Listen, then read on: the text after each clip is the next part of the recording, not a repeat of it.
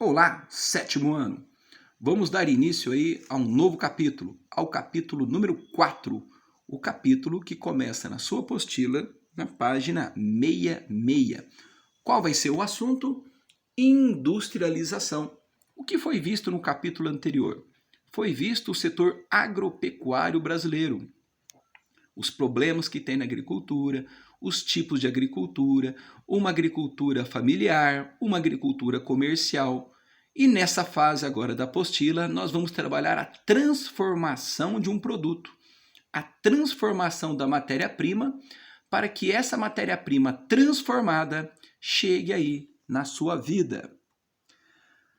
Vamos lembrar que ao seu redor há inúmeros produtos industrializados, desde alimentos, produtos de maior valor, produtos, digamos, mais duradouros, e produtos também de vestimenta. Independente deste produto, todos eles passaram por uma fase industrial, por uma transformação. Uma matéria-prima foi transformada por uma indústria e chegou para nós. Então, o que é uma indústria? Uma indústria é o setor da transformação, onde vai pegar um produto A, vai transformá-lo em um produto B. Este produto B pode chegar para nós, ou então ele pode ir para uma outra indústria, onde será transformado num produto C ou D, e aí sim chegar à nossa mão. Então há tipos de produtos industriais, como também há, portanto, tipos de indústria. Vamos lembrar o seguinte: o que é uma indústria, então? Uma indústria é o setor da transformação. Vamos pensar aqui no primeiro tipo de indústria, chamada indústria de base, ou indústria pesada, ou ainda indústrias de produção. Então vamos lá. O que é uma indústria de base? A indústria de base é aquela indústria que vai pegar uma matéria-prima, vai transformar essa matéria-prima para ser utilizada para outra indústria. É a base. Normalmente esse produto não chega para nós no primeiro momento, ok? Não chega para nós no primeiro momento. Vamos pensar numa siderúrgica. Uma siderúrgica é uma empresa, é uma indústria que vai pegar um mineral, vou dar um exemplo, o ferro, um outro exemplo, o manganês, um outro exemplo, o carvão, vai transformar esses produtos em aço. Esse aço será levado para uma outra indústria. Fazer o quê? Peças, autopeças, para que essa indústria leve para outra indústria montar o automóvel.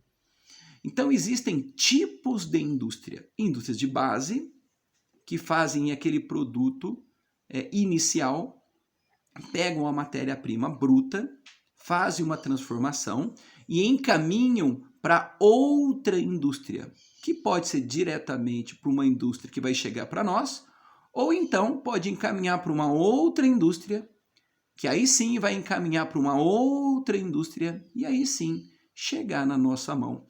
Então há tipos de indústria, ok? Primeiro tipo, indústrias de base. Cá entre nós, é o fundamental para um país ter indústrias de base, porque para que as outras indústrias existam, tem que ter uma indústria de base forte. E se não tiver essa indústria de base, então você precisa importar essa base, importar o aço, importar importar produtos produzidos por essa indústria de base. Então, uma indústria de base é aquela indústria que vai pegar um produto mineral e vai transformá-lo num produto. Esse produto será revendido a outras indústrias, ok? Aí há um tipo chamado indústrias intermediárias. Esse produto também não chega para a nossa mão de uma forma imediata. Essa indústria intermediária comprou um produto de uma indústria de base, vai transformá-lo numa peça e aí sim vai revender a uma terceira indústria, que vai transformá-lo ou vai acabar a sua montagem E aí sim vai vender para nós. Então nós temos indústrias de base, nós temos indústrias intermediárias e nós temos as indústrias de bens de consumo. Só que isso também tem uma divisãozinha. Tem as de consumo duráveis e as de consumo não duráveis. O que seria um consumo não durável? Alimento. O que seria um consumo não durável? Roupas. O que seria um consumo não durável? Remédios. E o que seria um consumo durável? Automóveis, eletroeletrônico. Então, isso é bens de consumo. Então, você tem bens de consumo duráveis e não duráveis. É lógico que alguns com maior valor, outros com menor valor. Mas então, para reduzir ou resumir esse primeiro slide, as indústrias podem ser divididas em indústrias de base e de consumo, e entre elas as indústrias intermediárias, aquelas que montam peças, que fazem componentes eletrônicos. A indústria de base vai transformar aquela matéria-prima no primeiro produto, que será revendido às demais, ou uma indústria intermediária, ou uma indústria de consumo. Portanto, vou pedir ajuda aqui ao meu amigo. Atenção aí, aluno Máximos. Aqui é o Clebin. Uma perguntinha boa aí num teste, hein? Quais são os tipos de indústria? Quais são as diferenças entre os tipos de indústria? E aí? O que você responderia, hein? Olha a tela. Atenção, hein? Aqui é o Clebin. Após esse recadinho do Clebin, as indústrias de base, indústrias intermediárias, indústrias de bens de consumo. Cada um vai ter uma função, lembrando que a de base faz produtos para as outras. De consumo pode ser durável e não durável. Seguindo. E o Brasil? Bem, a partir da página 67, você tem aí uma linha histórica. Essa linha histórica é como foi o processo de industrialização no Brasil. Vamos lá, vamos misturar com um professor aí de vocês, o poderoso Gian, professor de História. Ele vai trabalhar a Revolução Industrial com vocês. Um processo que aconteceu na Europa no século XVIII, no qual as indústrias estavam evoluindo na Europa. O setor agrícola perdendo espaço para a indústria. E isso ele vai trabalhar muito bem trabalhado com vocês. Mas lembre-se, a indústria é o setor da transformação. E lá na Europa aconteceu no século XVIII. No século XVIII. E aqui no Brasil?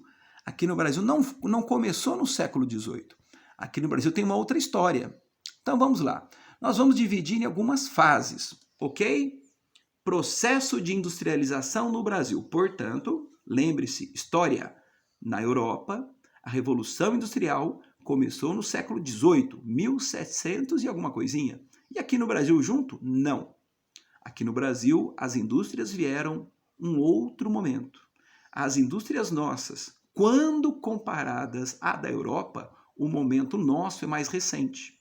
Até por isso que nós somos um pouco mais atrasados na questão industrial. Então vamos discutir um pouco. Processo de industrialização brasileiro. Primeiro momento, do descobrimento até 1808. Espera aí, 1808? O que aconteceu em 1808? A chegada da família real ao Brasil. Também por causa histórica, que o professor mestre Gian vai trabalhar com vocês. A família real portuguesa, ela saiu de Portugal, fugiu de Portugal para vir aqui ao Brasil. Então, no ano de 1808, a família real veio ao Brasil. Mas de 1500 a 1808 foi chamada a fase da proibição. As indústrias não podiam ser instaladas no Brasil. Tá? Olha aqui uma carta de Dona Maria I, que proibia manufaturas no Brasil.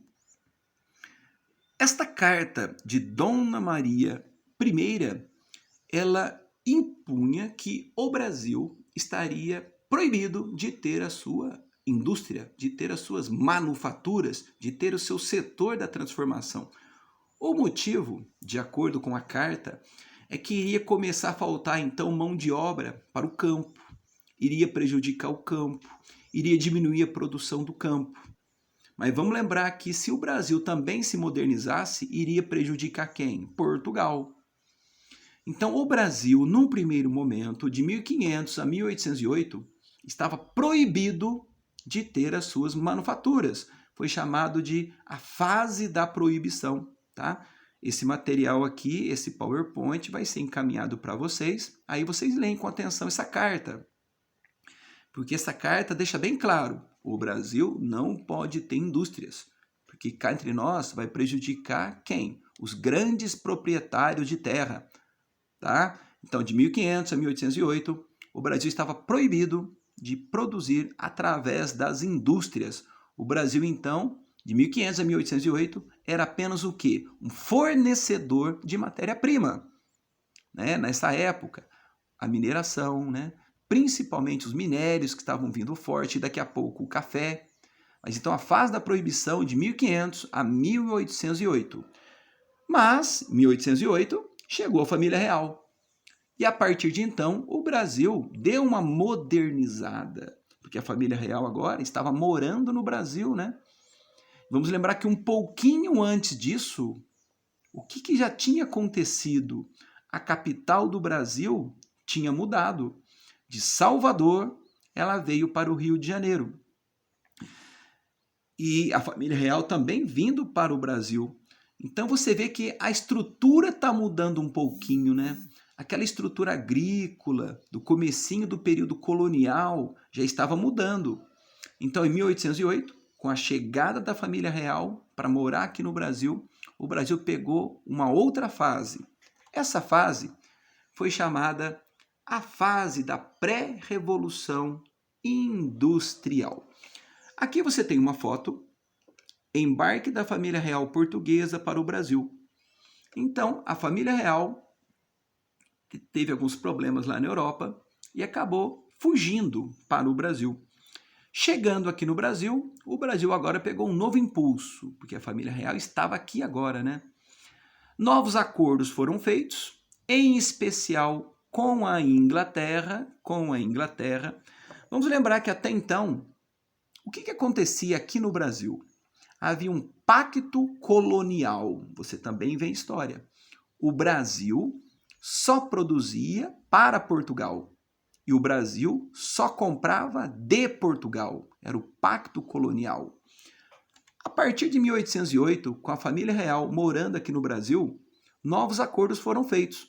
Em especial com quem? Em especial com a Inglaterra. Os portos se abriram. Foi uma das medidas iniciais do governo português aqui no Brasil, a abertura de portos, novos acordos. E nessa história de novos acordos, o Brasil começou também a dar uma certa movimentada nas indústrias. Por isso que foi chamado de a pré-revolução industrial. Algumas indústrias começaram a ser instaladas no Brasil. Indústrias de quê? Indústrias simples, principalmente para as indústrias têxteis. Mas vamos lembrar que nós já estamos atrasados. A Revolução Industrial na Europa já estava em curso há mais tempo e nós estávamos meio atrasados. Porque ainda nesse período, o que era importantíssimo? O café. O café. E vamos lembrar, junto com o café, vieram os imigrantes europeus também, a partir ali do meio do século XIX. Um grande fluxo de imigrantes também veio para o Brasil. Bem, mas de 1808 a 1930, o Brasil começou as suas indústrias de uma maneira tímida. Algumas indústrias simples, para as têxteis, para as indústrias de alimento, algo muito simples, diferente da Europa, que já estava um pouquinho à frente. Mas então, de 1808 a 1930, o Brasil começava a se estruturar. Lógico que, vamos lembrar de novo, a super, hiper, mega importância do café. O Brasil ainda, né? O Brasil, café com leite. E Ouro Fino tem uma história sobre isso, né? o acordo café com leite. Então, de 1808 a 1930, um outro momento. Esse outro momento chamado pré-revolução industrial, que você tem na página 67, 68, aí da sua apostila. Seguindo, nós temos ainda nesse período de 1808 a 1930, nesse momento chamado pré-revolução industrial, muitos imigrantes acabaram vindo para o Brasil para trabalhar nas indústrias, né, de 1808 a 1930, indústrias principalmente têxteis, principalmente alimentícia. Só que de 1808 a 1930 aconteceram algumas crises. Nós vamos trabalhar daqui a pouco algumas crises, em especial a Primeira Guerra, a Segunda Guerra e a supercrise de 1929. Vamos lembrar que as crises realmente acabam sendo um problema, mas é em torno das crises que há evoluções. Porque a partir de uma crise você vai ter que buscar soluções para sair da crise. E aí, dessas soluções, por que não, talvez, um movimento ali, né, de desenvolvimento. Por exemplo, 1929. Olha a mensagem. O café que não encontrava mercado consumidor era queimado. Peraí, crise de 1929. De 1808 a 1930, o café foi muito importante. Só que, no ano de 1929, e um pouco antes disso, já na Primeira Guerra Mundial, de 14 a 18, o café ele perdeu um pouco a sua importância. Porque o café não é um alimento de primeira necessidade, concorda comigo? Ele é diferente de arroz, de feijão, de batata. O que estava acontecendo no começo do século XX, com a Primeira Guerra, com a crise de 29, que a gente vai discutir daqui a pouquinho, e com a Segunda Guerra? O café caiu o preço, porque o mundo estava em crise, e mundo em crise não vai comprar café. Então o café caiu o preço. O governo, por exemplo, andou comprando o café dos fazendeiros, queimando o café para tentar fazer o preço subir. Não aconteceu.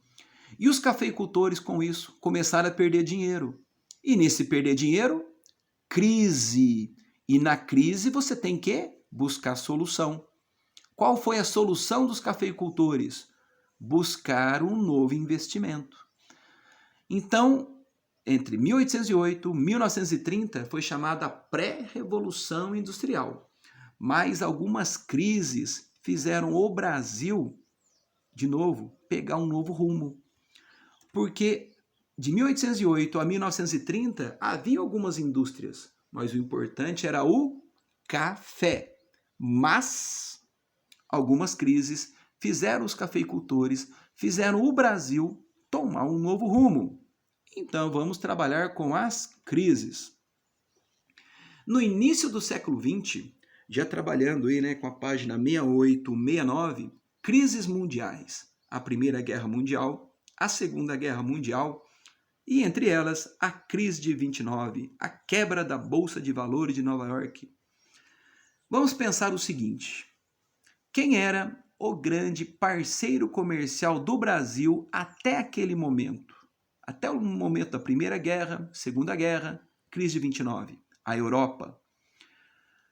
A guerra foi mundial, fique atento nisso. A guerra foi mundial, mas aonde foi o principal palco da guerra? Foi na Europa. A Europa, com a guerra, ela estava arrasada. Seus parques industriais estavam arrasados. O seu setor industrial estava arrasado.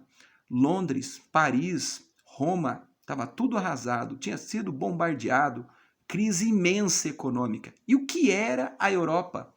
A Europa era um grande comprador de café do Brasil, a Europa era um grande comprador de matéria-prima do Brasil. E o que a Europa vendia para o Brasil? Produto industrial. Olha o problema então. As guerras mundiais arrasaram o mundo, mas em especial a Europa. E o que era a Europa? Um parceiraço comercial do Brasil. Portanto, o Brasil tinha muita dificuldade em comprar produto industrial para abastecer o mercado brasileiro, Então, aqui no mercado brasileiro, começou a ter falta de produto. Por quê? Porque a Europa estava em crise. Os produtos industriais da Europa estavam mais fracos.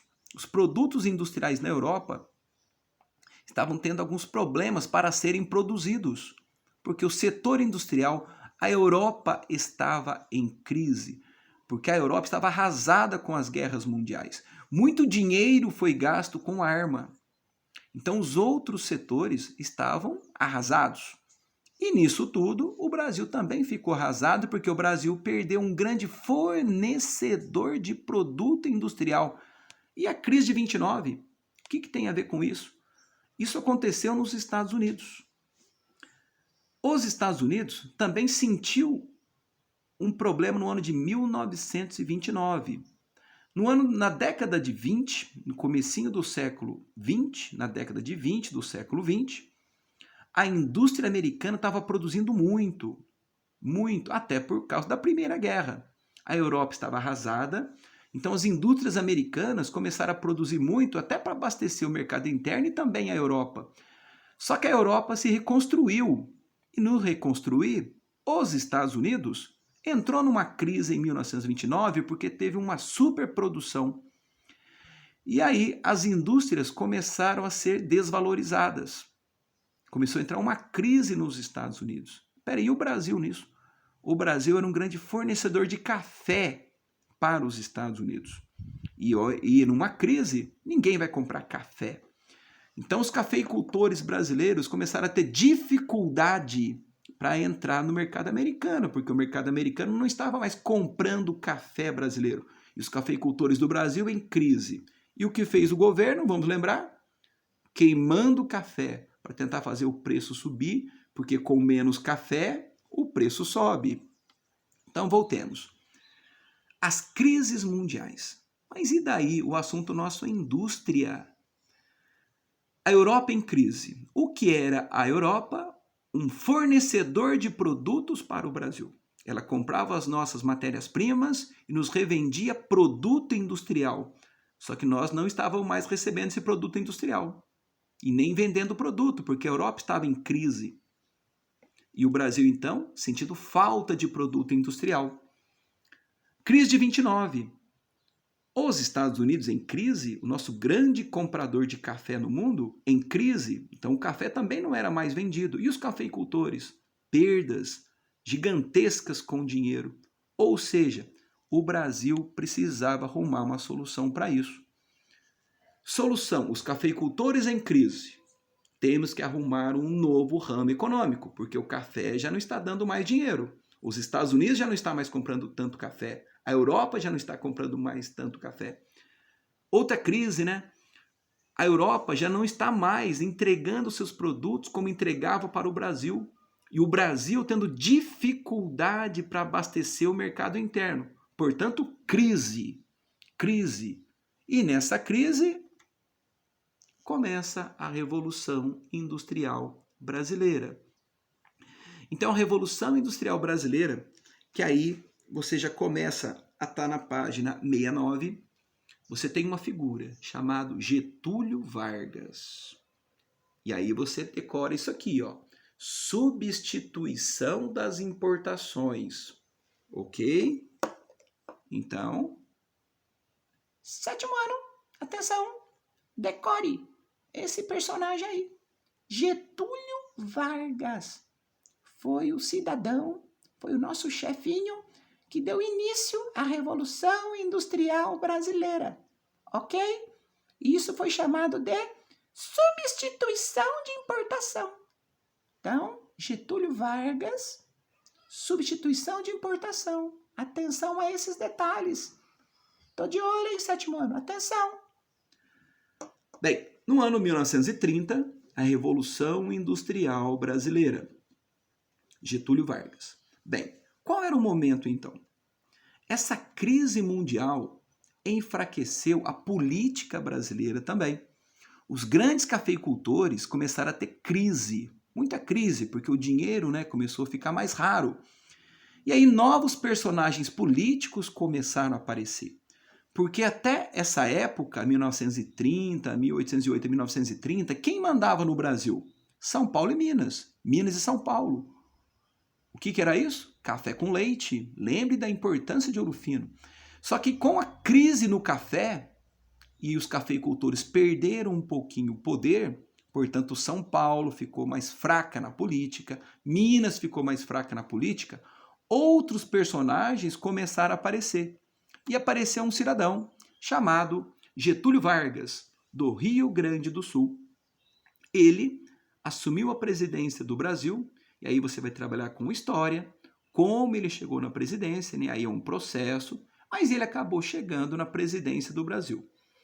O tal do Getúlio Vargas. Bem, Getúlio Vargas acabou chegando no governo brasileiro. E em cima de uma crise, o que o Brasil tinha que enfrentar? A falta de produtos, porque a Europa não estava entregando os seus produtos. Portanto, a população do Brasil estava tendo falta de produto. Se a Europa não manda para nós, o que nós somos obrigados a fazer? A produzir o produto. A produzir o produto. Por isso que foi chamado de substituição de importação. Então vamos lá. O que foi a substituição de importação? Foi o modelo instituído no Brasil, do qual os produtos que eram importados da Europa, importados do mundo, passaram a ser fabricados aqui. Ou seja, a crise mundial fez o Brasil pegar um novo rumo. É isso que eu gostaria que você ficasse atento. Das crises acabam aparecendo algumas luzes. Essa crise do Covid-19, penso eu que terminada essa crise, nós iremos ser diferentes nas questões sociais, nas questões econômicas. Então pense uma crise lá no ano 1930, uma crise em que o Brasil tinha dificuldade para comprar o produto. Qual é a solução? Fazer o produto. Isso foi chamado substituição de importação. A figura de Getúlio Vargas. Mas para isso, Getúlio Vargas investiu maciçamente em quê? Em investimento em indústrias de base e infraestrutura. Peraí, mas indústria de base? O que é a tal da indústria de base? Vamos voltar. A indústria de base, petrolíferas, metalúrgicas, siderúrgicas, porque Vargas pensava assim, eu vou investir maciçamente numa indústria de base para que essa indústria de base dê sustentação às outras indústrias, não é? Porque como eu posso ter uma indústria automobilística se eu não tenho aço? Então Getúlio Vargas, lembrando que na história você vai trabalhar aí com o famoso, poderoso mestre Jean, que Vargas, ele era nacionalista. Foi Vargas que criou algumas grandes empresas que temos até hoje. Vou te dar um exemplo. A Petrobras foi criada por Vargas na década de 50. Então Vargas investiu maciçamente em indústrias de base e infraestrutura. Rodovias, ferrovias, usinas, portos. Portanto, Vargas investiu na base, porque o Brasil era muito fraco nessa questão industrial. O que tinha no Brasil até aquele momento? Indústrias simples, alimentícias, têxteis, já que Vargas, vamos modernizar isso. E lembrando que ele era nacionalista. Ele tentou, através de algumas maneiras, até impedir a importação. Para que isso? Para favorecer a indústria nacional. Digamos que se você fosse daquele momento e você quisesse comprar um produto estrangeiro, você iria pagar mais. Por quê? Para tentar fazer você comprar produto brasileiro. Então, essa foi a Revolução Industrial Brasileira, iniciada por Vargas, 1930. Peraí, e a Europa? Onde que estava? A Europa estava mais à frente daqui a pouco, né? Porque a Revolução Industrial no mundo surgiu na Europa no século XVIII. E qual é o nosso século aqui? Século XX, ok? Então, vamos lembrar primeiro agora, hein? Fundamental, hein? Vamos voltar um pouquinho. De 1500 a 1808, fase da proibição. De 1808 a 1930, houve uma pré-revolução a partir da chegada da família real. Aí, crises mundiais, e chegou um cidadão ao governo, chamado Getúlio Vargas. E Vargas chegou ao poder. Nessa chegada de Vargas, olha uma mensagem que tem no seu texto, na sua apostila. Como resultado no primeiro governo de Vargas, porque foi um cidadão que foi muito tempo no governo, a indústria brasileira cresceu significativamente, mas as indústrias brasileiras se concentravam onde? Na região sudeste, principalmente onde? São Paulo.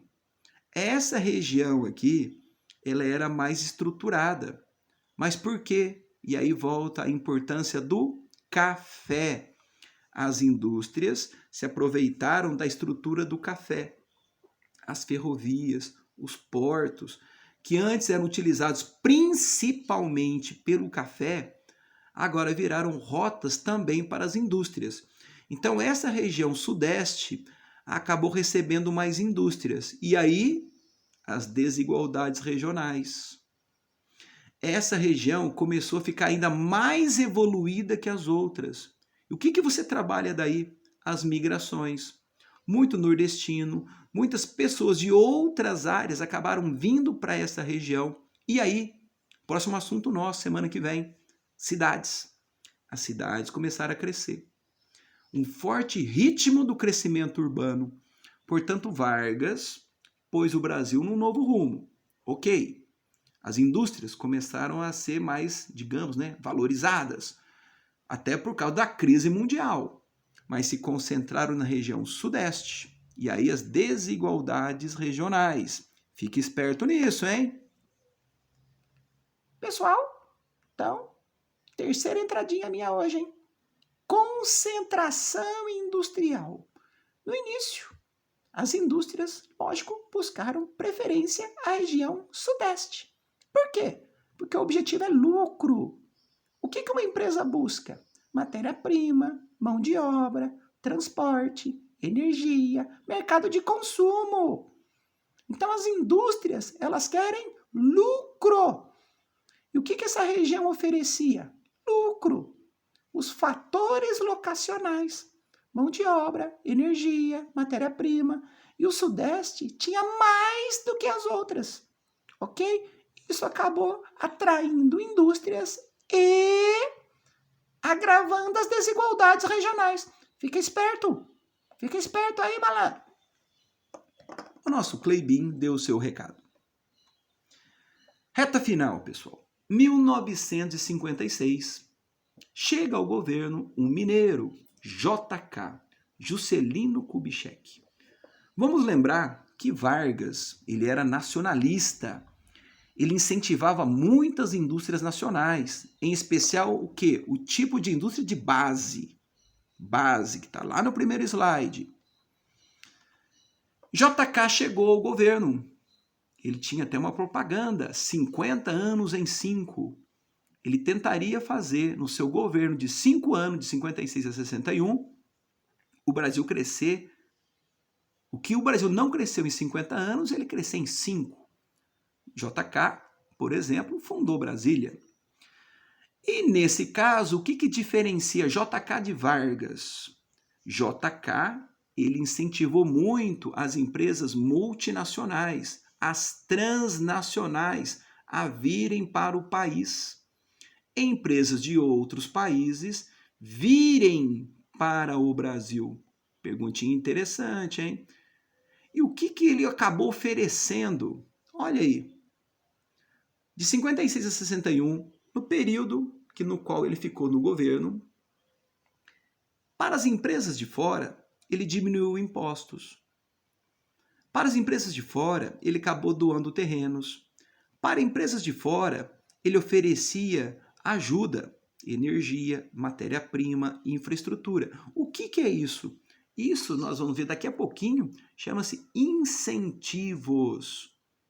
Vamos lembrar que uma empresa, ela quer ter lucro, correto? Então ela sai de um país e vem para o Brasil. O que o Brasil pode oferecer? Como que esse lucro pode vir? Ele viria com menos impostos, doação de terrenos, garantia de fornecimento. Mas vamos pensar o seguinte: e a empresa nacional? E agora, como ela ficaria? As empresas nacionais, a partir de então, elas eram obrigadas a também dar uma melhorada, porque agora você teria uma concorrência com as grandes empresas do estrangeiro. Aquelas empresas nacionais que não ficaram competentes, que não tinham aquela competência, acabou acontecendo o quê? Quebrou, faliu. Porque agora você tem uma empresa maior competindo dentro do Brasil, as multinacionais. Então vamos lembrar, Vargas, nacionalista. JK também entrou nessa questão do internacionalizar. Para o Brasil crescer, é necessário investimento externo. Só o capital interno não dá conta.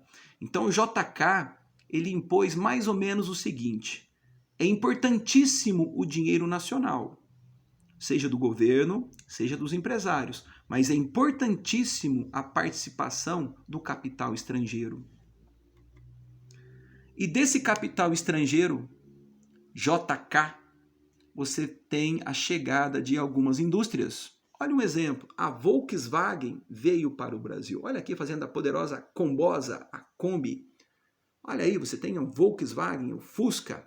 E Vargas e JK também incentivou as siderúrgicas, metalúrgicas, porque para que haja automóveis, tem que também ter o aço, tem que ter a siderúrgica, tem que ter energia. Então o JK, lógico, se aproveitou de uma estrutura que tinha, que eram algumas indústrias de base, fez outras empresas de base, rodovias, ferrovias, usinas, e também chamou as indústrias de fora. Mas, leia com atenção isso, e o dinheiro? Da onde vinha esse dinheiro para fazer usina? Da onde vinha esse dinheiro para fazer Brasília? Da onde que vinha esse dinheiro para fazer esse investimento para atrair as empresas de fora? O dinheiro vinha dos Estados Unidos, o dinheiro vinha da Europa. Então foi um período que o Brasil teve muita dívida, como ainda tem uma dívida, né? Mas foi o endividamento brasileiro. A dívida do Brasil aumentou muito, até porque, de acordo com o JK, para fazer energia, educação, transporte, indústria de base, era o plano de metas. Vamos fazer o Brasil crescer? Vamos. Mas cadê o dinheiro? Olha lá, o dinheiro vinha dos Estados Unidos, o dinheiro vinha da Europa, o Brasil endividou muito. Seguindo, endividamento brasileiro. Pessoal, para terminar, ok? E a indústria brasileira hoje, como é que ela está? Hoje é um outro momento. As indústrias do Brasil modernizaram muito, né? Temos empresas grandes aqui dentro do Brasil, mas, atenção a isso, desconcentração industrial. Atenção a essa questão. Atenção, aluno Máximos. Desconcentração industrial. Atenção a isso. Desconcentração industrial. Empresas estão saindo de determinadas regiões e indo para outras. Da onde ela está saindo? Para onde ela está indo? Atenção, eu sou proibido. Atenção. Desconcentração industrial. O Sudeste ainda tem muita indústria, mas já teve mais. As empresas do Sudeste estão saindo do Sudeste e indo para outras regiões do Brasil. E é isso que você vai trabalhar. Por quê? O que faz uma indústria sair do Sudeste e ir para outra região? Vamos dar um exemplo. Muitas empresas estão saindo de São Paulo e vindo para o sul de Minas. Estão saindo de São Paulo e indo para outras regiões de São Paulo. Outras regiões do Brasil estão recebendo indústrias. Por que isso? Chamamos isso de desconcentração industrial. Olha, por exemplo, esse mapinha aqui. Estabelecimentos fundados antes de 69. Olha, a maioria aqui, ó. As maiorias das indústrias. Concentração. Agora olha o outro. Estabelecimentos fundados após 95. Olha onde que estão sendo fundados as novas indústrias. os novos estabelecimentos comerciais, o que tem acontecido? E aí você vai pensar agora como empresário. O que aconteceu? Será que a empresa aqui ela está tendo menos lucro? Por que ela está tendo menos lucro? Será que tem a ver com transporte? Será que é para aquele lugar novo vai ter mais incentivo, como impostos? Então é isso que você vai trabalhar um pouquinho, ok? A indústria hoje ela é importantíssima para o Brasil. Ela emprega muita gente ainda. Ela é importante para a economia do Brasil. Mas ela está se desconcentrando. São Paulo, é lógico que ainda é muito importante, mas outras regiões do Brasil também estão recebendo a indústria. E aí, para terminar, o que é incentivo fiscal? Olha um exemplo.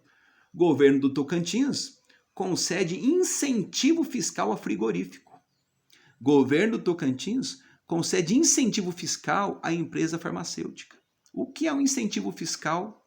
Por que Tocantins? Por que Manaus, Zona Franca de Manaus? Por que Pernambuco? Por que Mato Grosso? Incentivos fiscais, benefícios, ou seja, é uma maneira de atrair o empresário. Você diminui impostos, você dá ajuda, você dá o prédio, você paga energia, você diminui o IPTU, você isenta na questão fiscal, você atrai aquela indústria. Manaus é um exemplo. Olha as empresas de moto. Todas as empresas de moto no Brasil estão em Manaus. Então, produzido no polo industrial de Manaus. Mas por que Manaus, lá no meio do matão? Porque Manaus oferece incentivos fiscais. Porque com esse incentivo fiscal, aí compensa ir para a Amazônia. Do jeito que está, não compensa ir para a Amazônia. Então, isso é incentivo fiscal. E reta final, último slide. E hoje, a terceira revolução industrial, tecnologia. Nós falamos muito mal do Brasil, não é? Vamos falar bem também. São José dos Campos, para quem conhece. Campinas, Recife. Peraí, por que essas três cidades foram destacadas? Porque são exemplos da terceira revolução industrial. Hoje nós não temos apenas roupa, apenas produto têxtil, apenas produto alimento. Nós temos hoje produtos de alta tecnologia que são produzidos em alguns pontos do Brasil. Chamamos isso de tecnopolos. Tecnopolos. São José dos Campos produz o que aqui? Satélites. Produz o que aqui? Ali tem o ITA, Instituto Tecnológico da Aeronáutica. Ali tem uma sede da Embraer, aviões. Campinas. Campinas tem o que? A famosa Unicamp, uma das maiores universidades do Brasil. O que se produz nesses campos aqui, então? Tecnologia. Tecnologia. Terceira revolução industrial. Aquele produto que, mesmo pequeno, ele tem muito valor. Ele tem muito valor. Então, aí você fica esperto nessa questão da tecnologia. Brasil e a terceira revolução industrial. Estamos um pouquinho ainda atrás dos Estados Unidos, da Europa, do Japão? Sim. Até da China. Mas estamos avançando. Então não fique apenas sendo negativo, né?